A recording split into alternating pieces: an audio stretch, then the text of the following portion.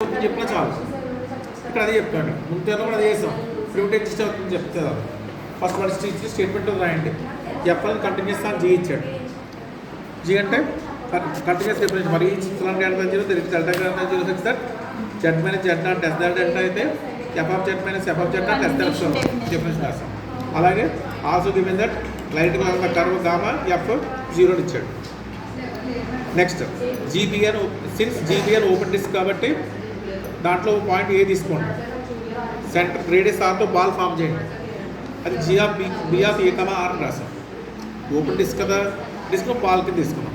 మనం ఏం ప్రూవ్ చేయాలి? స్టేట్మెంట్ ఏం ప్రూవ్ చేయమంటాడు? ఎఫ్ అంటే ఎలక్ట్రికల్ చెప్పాలి. ఈ స్మాల్ ఎఫ్ ఏం చెప్పాలి? మనం స్మాల్ ఎఫ్ ఇది క్యాపిటల్ ఎఫ్ కాదు, ఇది స్మాల్ ఎఫ్. స్మాల్ ఎఫ్ ఇది ఎలక్ట్రికల్ అని చెప్పాలి. ఎలక్ట్రికల్ అంటే దాని ఈక్వల్గా మనం ఏం చెప్పాలి? ప్రిమిటివ్ ఎగ్జిస్ట్ అని చెప్పాలి. ప్రిమిటివ్ అంటే మీనింగ్ ఏంటి? ప్రిమిటివ్ క్యాపిటల్ ఎఫ్ అని తీసుకోండి. క్యాపిటల్ ఎఫ్ డిఫరెన్షియేషన్ చేస్తే స్మాల్ ఎఫ్ వస్తుంది చెప్పాలి.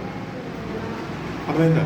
నెక్స్ట్ ఇప్పుడు క్యాపిటల్ అంటే ఇప్పుడు అంటే క్యాపిటల్ ఎఫ్ డిఫైన్ చేయాలి. మనం క్యాపిటల్ ఎఫ్ డిఫైన్ చేసిన తర్వాత దాని డిఫరెన్షియేషన్ ఏమవుతుంది చెప్పాలి? స్మాల్ ఎఫ్ అవుతుంది. ఇప్పుడు క్యాపిటల్ ఎఫ్ ఫస్ట్ ఎలా డిఫైన్ చేస్తాను చూడండి.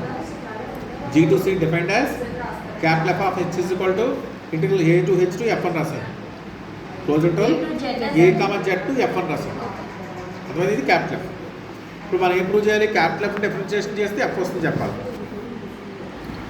అంతేనా? క్యాపిటల్ ఎఫ్ డిఫరెన్షియేషన్ చేస్తే ఎఫ్ వస్తుంది చెప్పాలి. అంటే ఎఫ్ డాష్ అని రాసాం కదా. ఇక్కడ ఎఫ్ డాష్ ఎగ్జిస్ట్ అంటే కదా. ఎఫ్ డాష్ ఎగ్జిస్ట్ అయితే మీనింగ్ ఏంటి? ఫంక్షన్ ఈజ్ డిఫరెన్షియబుల్ అని, డెరైవబుల్. ఇక్కడ డెరైవబుల్ డెఫినేషన్ రాయండి. Let Z not be a point in G such that. ఇప్పుడు ఎలా రాస్తా అంటే డెరైవబిలిటీ కండిషన్ ఎఫ్ అని డెరైవబుల్ అవుతుంది కదా. ఆ డెరైవబిలిటీ కూడా ఏమైనా డిఫైన్ చేయాలి? మనం ఇంటిగ్రేషన్ మీద డిఫైన్ చేసి చెప్పాలి డెరైవబిలిటీని. జెడ్ అంటే పాయింట్ తీసుకుందాం.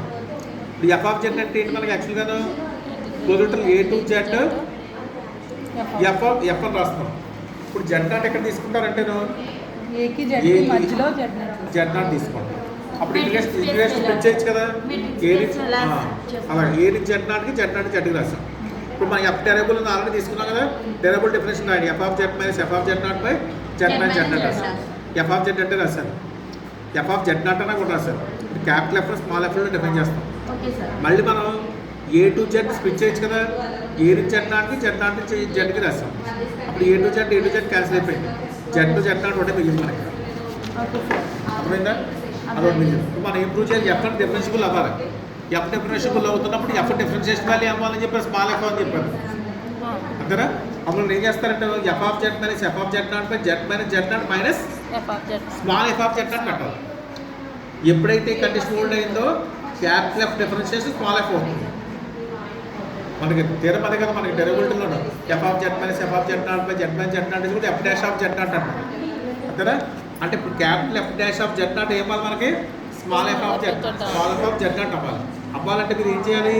ఈ F of Z minus F of Z naught by Z minus Z నాట్కి small F of Z naught difference కట్టాలి. ఆ వాల్యూ లెస్ దాన్ ఎప్సిలాన్ కనుక అయితే క్యాపిటల్ డిఫరెన్షియబుల్ అయింది కాబట్టి దాని డిఫరెన్షియల్ వాల్యూ స్మాల్ ఎఫ్ అవుతుంది. ప్రూవ్ అయినట్టు.